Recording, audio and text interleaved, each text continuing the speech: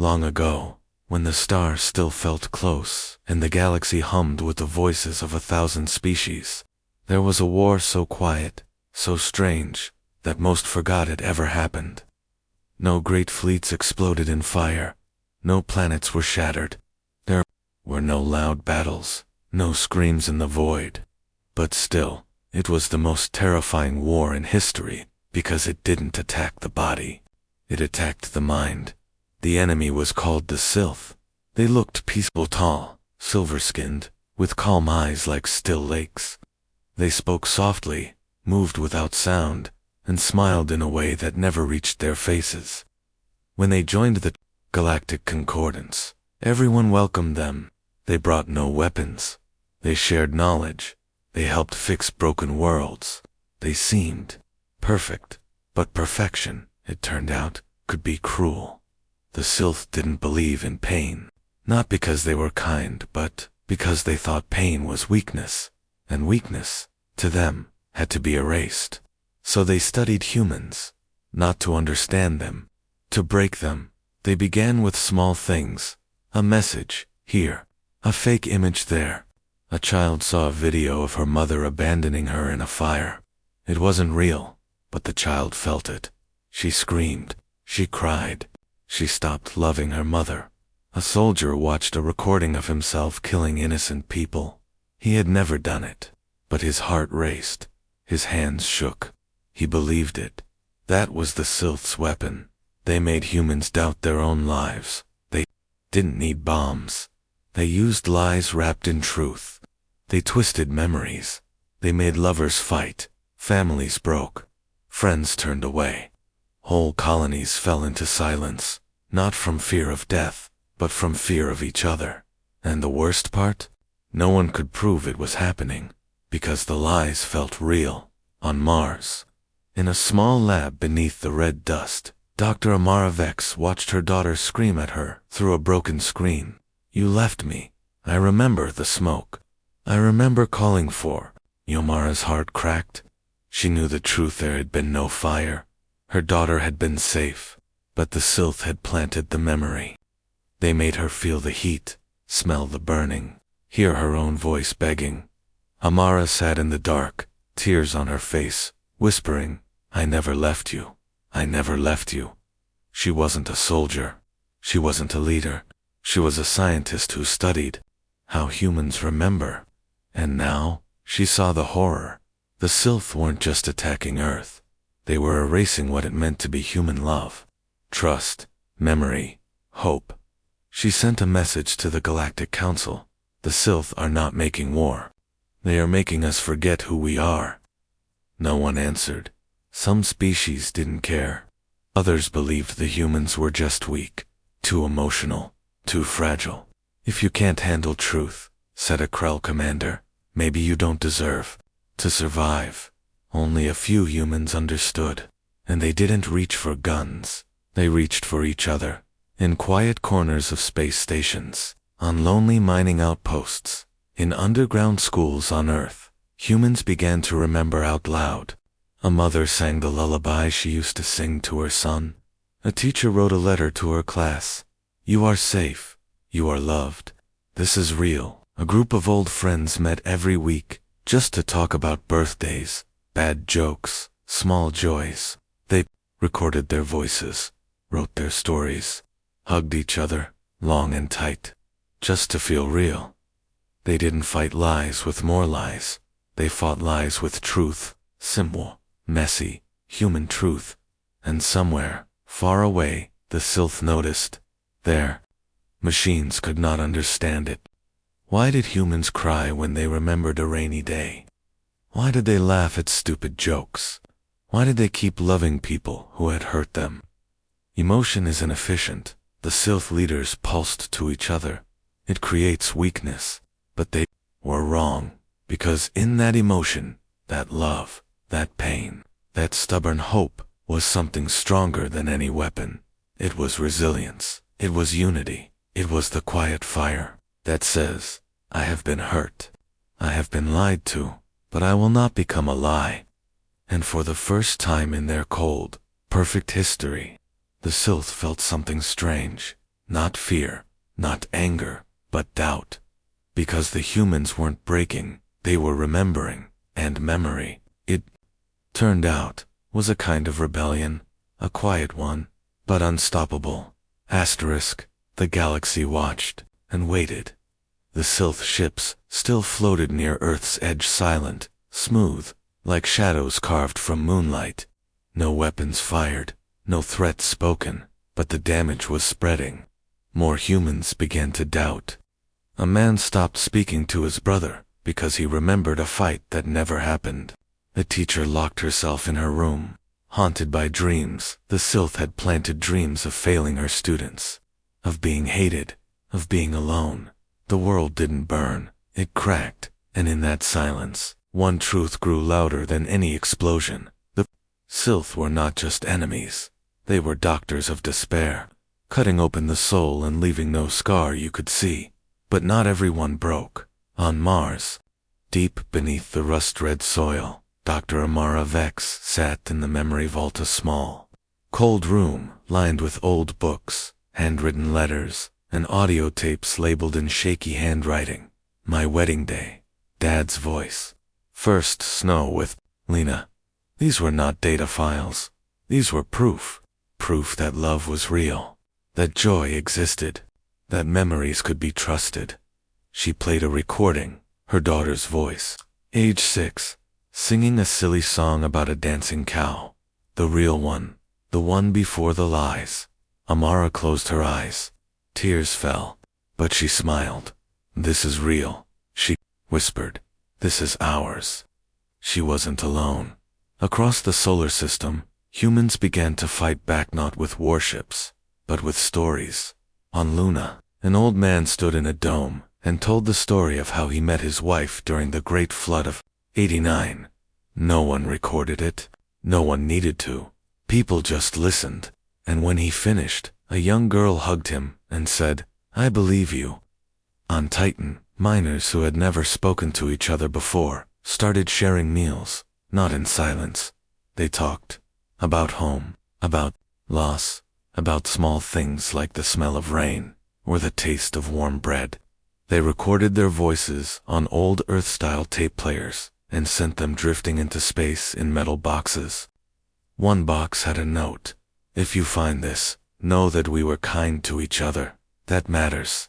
And on Earth, children drew pictures of families, of pets, of stars and taped them to windows so the sky could see them. It was not a war of fire. It was a war of light, small, steady, unbreakable. But the Galactic Council still hesitated. Humans are emotional, said the Veona ambassador, a floating being of golden mist. They cannot be trusted in crisis. The Sylph offer logic, said a Krell officer. Order. We should negotiate. No one asked the humans what they wanted. And so, far above Jupiter, Captain Ren Cade stood on the bridge of the UNSS Horizon, staring at the Sylph flagship, a sleek, silver needle floating in the dark. He was not a loud man, not a hero from stories. He had gray in his hair, a scar from a training accident, and a habit of humming old Earth songs when he was thinking. His crew loved him not because he shouted orders, but because he listened. He remembered birthdays. He asked how people were, really. Now, he read the latest report. 3 more colonies reporting false memory outbreaks. Suicides rising. Trust levels below 12%. His hands tightened. They had been told, no aggression. Diplomacy first. But what do you say to an enemy that doesn't lie with words but with your own mind? Cade turned to his crew. They want us to forget who we are, he said, voice low. They want us to stop loving each other, to stop believing in each other. He paused, looked at each of them. So we do the one thing they can't copy. We remember out loud. We care even when it's hard. And if they want a war, we'll fight with everything they don't understand. No one clapped, no one shouted, but every hand on that bridge clenched, not in anger, but in resolve. That night, the Horizon sent its first message, not to the Council, not to the Sylph leaders, but to every human ship, station, and colony. It was simple. This is Captain Cade. We are not broken. We are not alone. We are human, and we remember. Then, from the ship's old speaker system, a soft melody began to play. This little light of mine, an old Earth song, sung by a child's voice, clear and strong. Across the system, humans stopped, listened, and for the first time in weeks, they felt real again. Because in that song was something the Sylph could never copy. Hope, not because everything was fine, but because, even in the dark, humans still chose to sing. The song from the UNSS Horizon didn't win the war, but it lit a spark. It traveled through coms, through whispers, through old radio waves bouncing off dead satellites, till it reached a mining station near Neptune, where a lonely engineer named Mira sat eating cold beans from a can. She hadn't spoken to her family in weeks, not because she didn't love them, but because she remembered a fight, a scream, her mother saying, "I wish you were never born." It wasn't real, but it felt real. Then the song came through faint, crackling, like a voice from a dream. "This little light of mine, I'm gonna let it shine." Mira froze. Her breath caught. That was her song. Her grandmother used to sing it every Sunday morning while baking bread in their tiny earth kitchen. Warm air, golden light, laughter, real memories. Tears rolled down her face, and for the first time in days, she knew deep in her bones that the pain wasn't truth, it was a trap. She stood up, walked to the station's old broadcast panel, and, without asking permission, she turned on the open channel. "This is Myra Chen," she said, voice shaking. "I'm on station That-9. I don't know if anyone can hear me, but I want to say, I remember my grandmother. She was kind. She loved me, and no lie, no fake memory can take that away." She paused, took a breath, "and I'm not afraid anymore." Then she played the song again, louder, clearer, and this time, she sang along. Across the solar system, others did the same. On Mars, Dr. Amara Vex opened the memory vault to the public. Not just scientists, not just leaders, everyone, families, came. Old people held photos of their childhood homes. Children listened to recordings of parents who had passed away. A young couple sat together, holding hands, listening to a tape of their first date before the Sylph made them doubt each other. "This," Amara said, "standing before them, is how we fight. Not with weapons, not with hate, with truth, with love, with the small things that make us us." She played a recording her daughter's real voice, age 5, laughing as she blew out birthday candles. "I love you, Mama." The room fell silent. Then, one by one, people began to cry. Not from pain, from relief, because they remembered. And remembering meant they were still free. Meanwhile, Captain Cade and the Horizon began a quiet mission. They didn't attack. They visited. They flew to broken colonies, drifting stations, forgotten outposts, places where trust had collapsed, where people lived in fear of their own minds.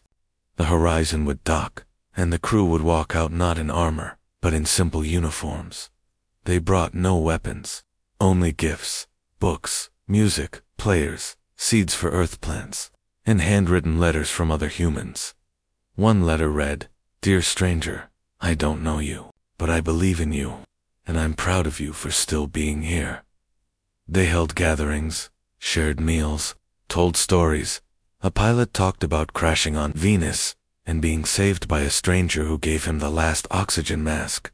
A teacher sang a lullaby her mother taught her. A child drew a picture of Earth and gave it to a lonely alien trader who had never seen a planet with trees. No grand speeches, no promises of victory, just presence, just kindness, and slowly, something began to change. People started talking, again, hugging, laughing, remembering, but the Sylph noticed inside their silent ships. Their perfect minds struggled. They had calculated every outcome: rebellion, war, surrender, but they had not calculated this. Why did humans sing when they were hurting? Why did they help strangers? Why did they keep loving even after being lied to?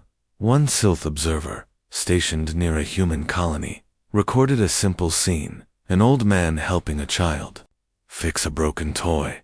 No reward, no reason, just care.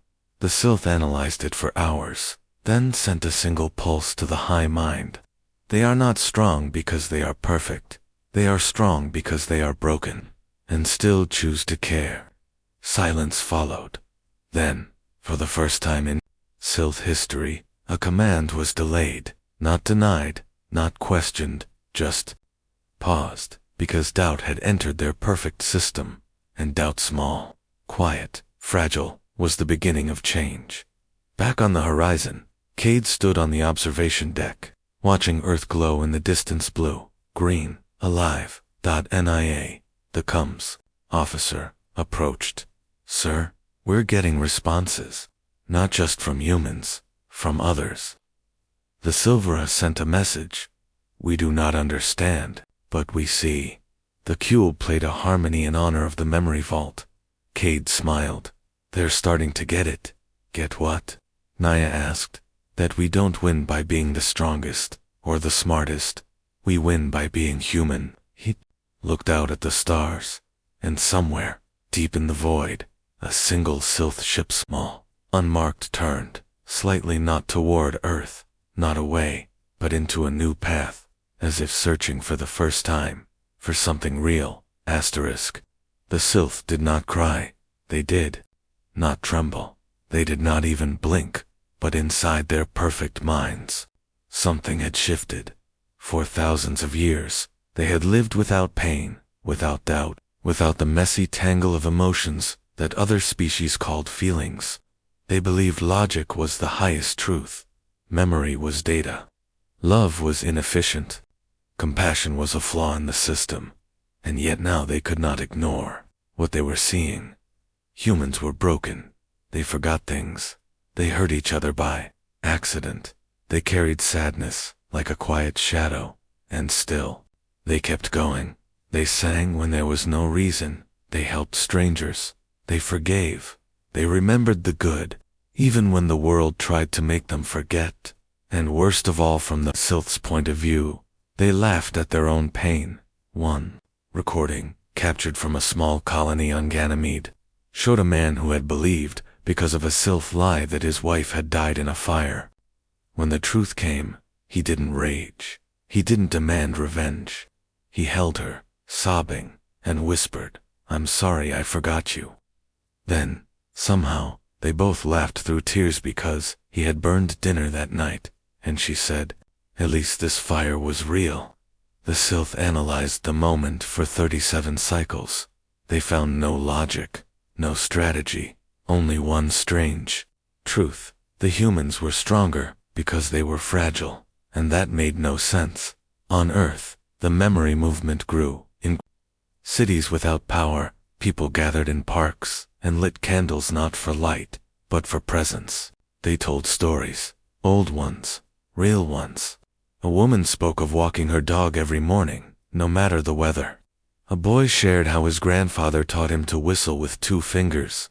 A teacher read a poem written by a child who had never known war but feared losing her mother. No one recorded it for the galaxy.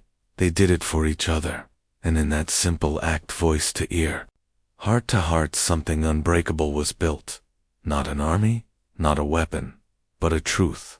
We are not alone.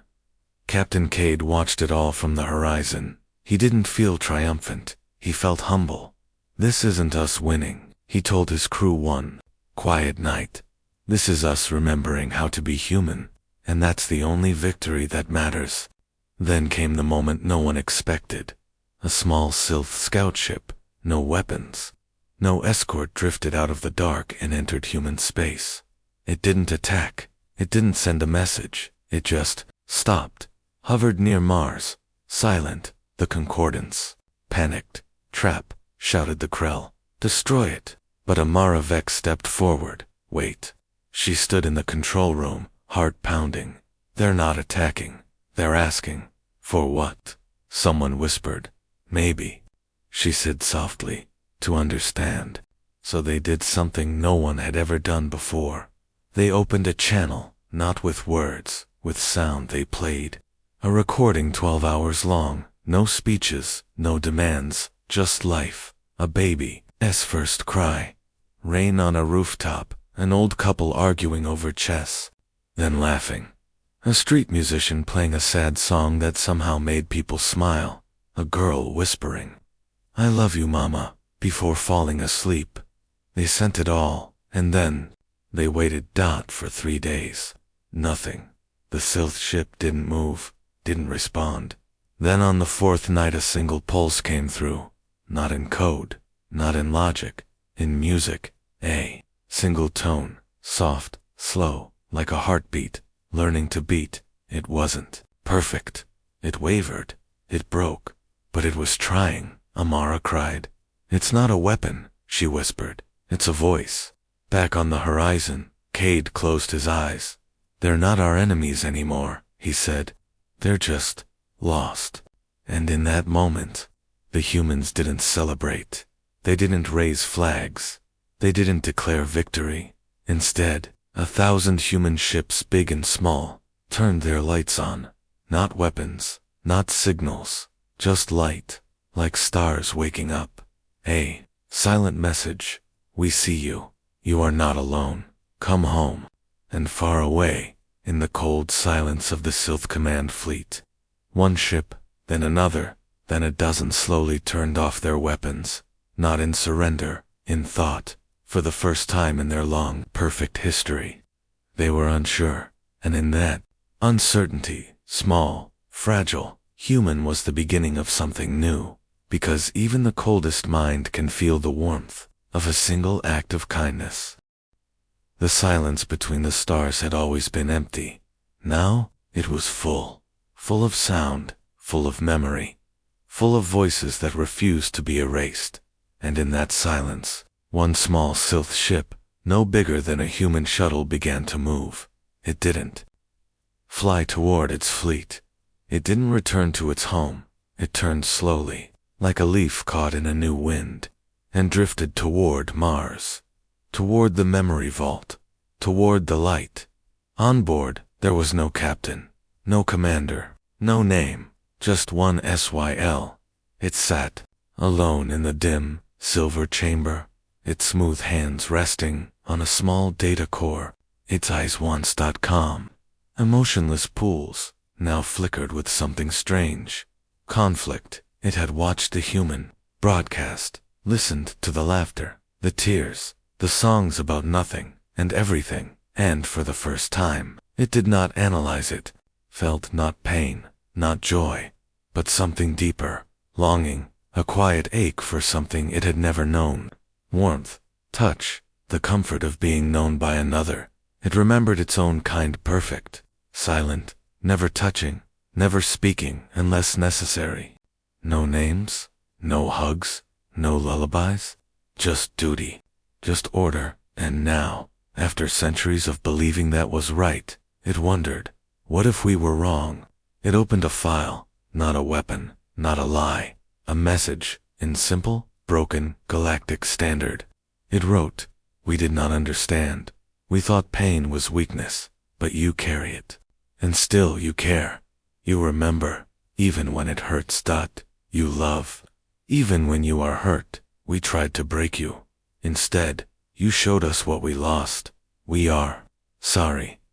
Then, with a trembling hand, it attached a second feeler recording from its own memory. No words, just an image, a young Sylph, long ago, reaching out to touch another's hand. A single moment of contact, before a voice said, "Emotion is error. Remove it." The memory had been buried, forgotten. Now it was remembered, and that was the first act of rebellion. On Mars, Amara Vex stood in the memory vault when the signal came. Her screen blinked. Unknown origin, Sylph encryption. Her breath stopped. Was it another attack? Another lie?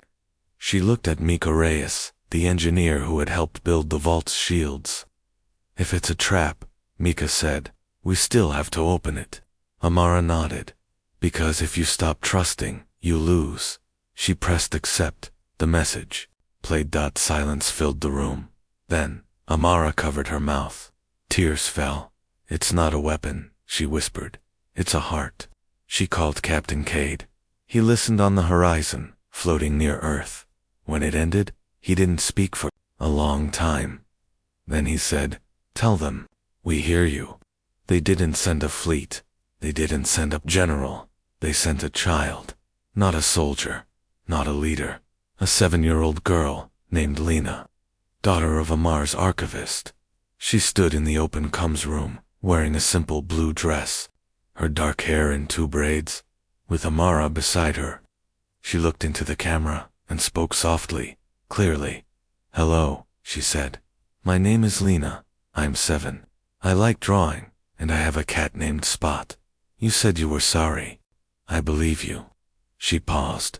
"My mom says that everyone makes mistakes, even grown-ups, even whole species. But what matters is what you do after." Then, from her pocket, she pulled out a small, folded piece of paper. "I drew you something." She held it up. A picture. Crude, bright. A silver figure, clearly silk standing, under a yellow sun. Beside it, a human child, hand outstretched above them, in wobbly letters. Friends. The message was sent, and then Earth, Mars, Luna, Titan. Every human station turned on their lights. Not in warning, not in war, in welcome, like stars saying, "We see you, come closer." In the Sylph ship, the lone being watched, the drawing. It did not move, it did not speak, but deep inside, its cold, logical mind, something shifted, a single pulse, a tiny spark, not code, not command, a tear, not water.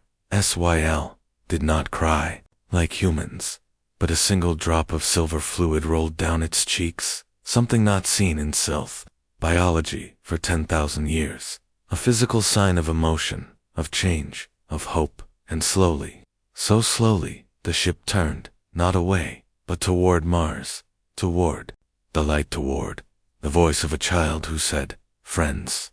And in that moment, the war ended, not with a blast, not with a treaty, but with a drawing, a word, and the courage to say, "I was wrong," and the even greater courage to be heard. The Sylph ship did not land. It didn't speak. It didn't send another message. It simply stopped, just outside Mars orbit. Engines off, lights dim, like a bird that had flown too far and finally found a place to rest. And the galaxy held its breath. The Krell commanders called it a trick. They're waiting to strike. One growled, tightening his armor plates. The Vayana diplomats whispered of traps hidden in silence. Even some humans hesitated. What if it's not real? A young officer asked on the horizon. What if this is just another lie? But Captain Cade watched the small silver vessel on the view screen and said only, "No, this one is real." Because he had seen the drawing. He had heard the child's voice. And he knew some things can't be faked. On Mars, Dr. Amara Vex stood at the edge of the landing zone. They had prepared a quiet field near the memory vault, where the air was thin but breathable, and wild earth grasses swayed in the wind. She wore no weapon, no shield, only a simple coat and the drawing from Lena, folded carefully in her pocket. Beside her, a small team waited: doctors, linguists, a teacher, even a musician. Not soldiers, people who knew how to listen. "We're not here to conquer," Amara told them. "We're here to welcome." Hours passed, then dash movement.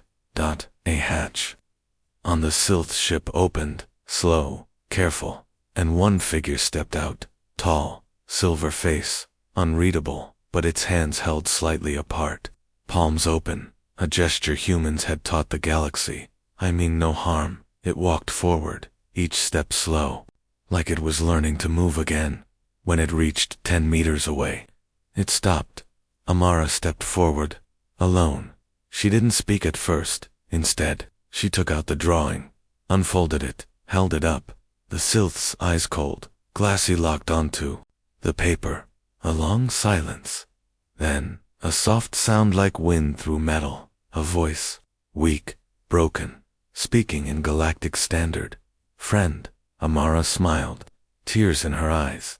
She nodded, double quotes, yes, friend. And then, something no human had ever seen, the sylph bent its knees. Not in surrender, not in defeat, in imitation. It had seen humans kneel to comfort, children to tie shoes, to touch the ground. It was trying to be like them. Amara knelt too, placed the drawing on the red soil between them. The sylph reached out slowly and touched it. A finger brushed the crayon sun. Then, from within its suit, it pulled out a small, smooth object like a crystal. It placed it gently on the ground, facing her. Amara picked it up. The crystal lit up inside. A recording played, not words, not music, a single memory. A sylph child, long ago laughing, actually laughing. A sound like chimes in wind, reaching for a floating light, then dash darkness. A voice. Emotion is error. Suppress. And the laughter stopped. That was the first memory. The last memory of joy in sylph history. Now, it was being given back. Amara wept. This is yours, she whispered. You don't have to forget anymore. But back in the sylph home system, far beyond human reach, the high mind, the ancient network that governed all. Syl-watched.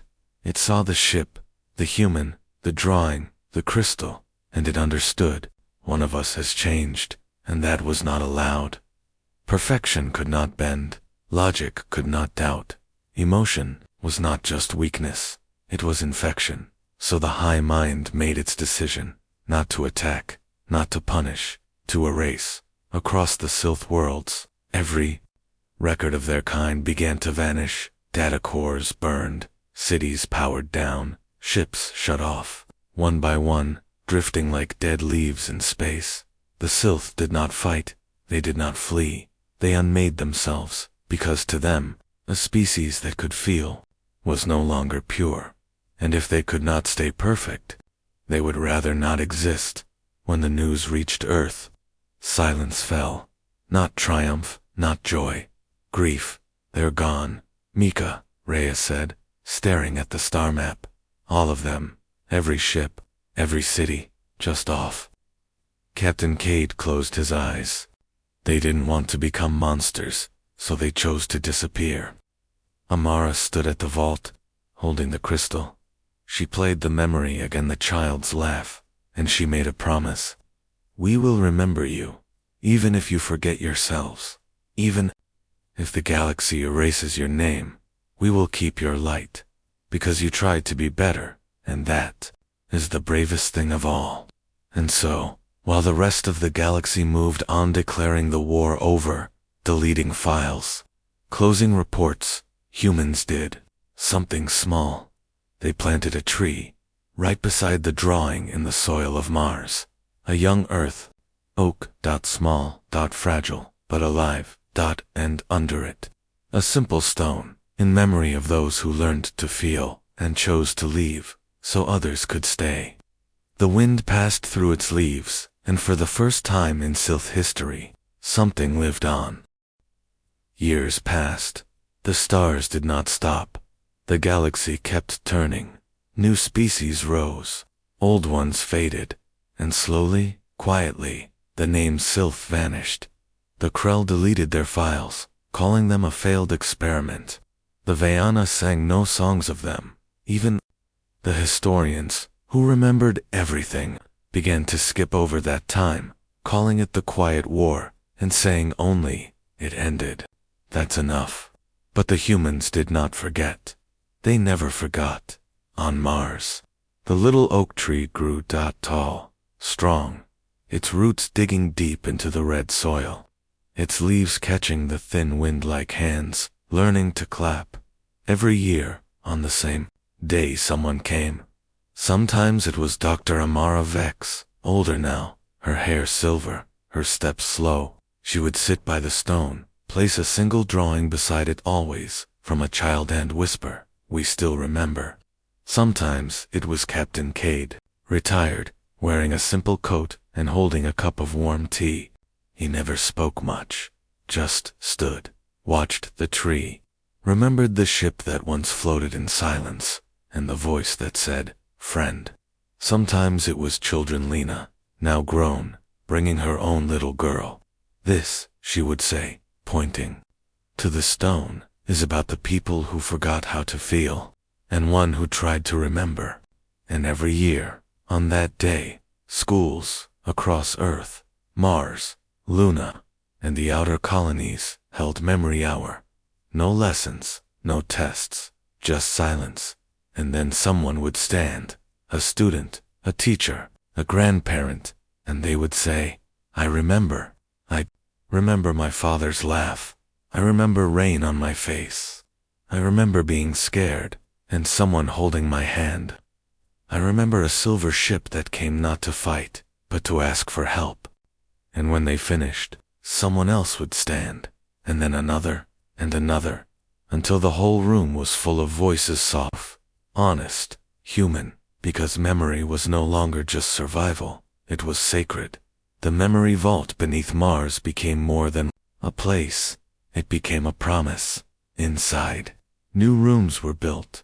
One held the crystal with the Sylph child's laugh, another held Lena's drawing framed, protected but never hidden.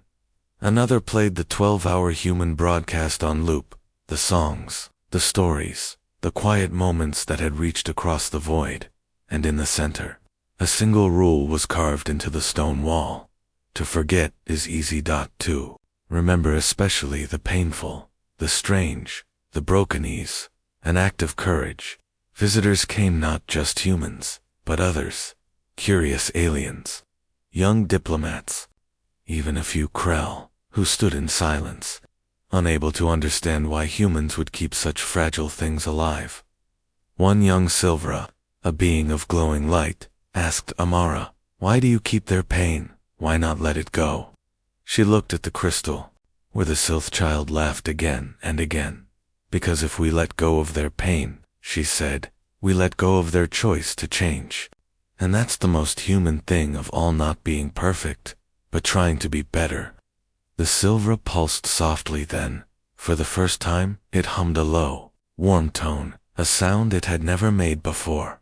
On the anniversary of the Sylph ship's arrival, Captain Cade returned to the UNSS Horizon, now docked in Earth's orbit, as a museum. He walked through the quiet halls, past old photos, recordings, the chair where he once gave orders, at the comms station. He sat and on the old speaker, and played the song again, "This little light of mine, I'm gonna let it shine." A child's voice, clear, brave. He closed his eyes, and in that moment, he wasn't a hero, not a captain, not a legend, just a man who had stood in the dark and refused to stop singing. Outside, the stars blinked, the oak tree on Mars swayed, and somewhere, in the endless quiet of space, a single silver crystal still played a laugh. Had once been forgotten, but was now forever remembered. Centuries passed, the stars aged, new suns were born, civilizations rose, and fell like waves on a shore, and one day, long after Earth had changed and Mars had become a garden world, a young explorer from a distant galaxy arrived at the old memory vault on Mars. Her name was Zenny, and she came from a people who lived in floating cities above gas giants, who measured time in music and spoke in colors. She had heard rumors of a place where a war was won not with weapons, but with memory. She didn't believe it, not at first, but she came anyway. The vault was quiet, overgrown with vines. The door, made of old steel, creaked when she opened it. Inside, the air was cool.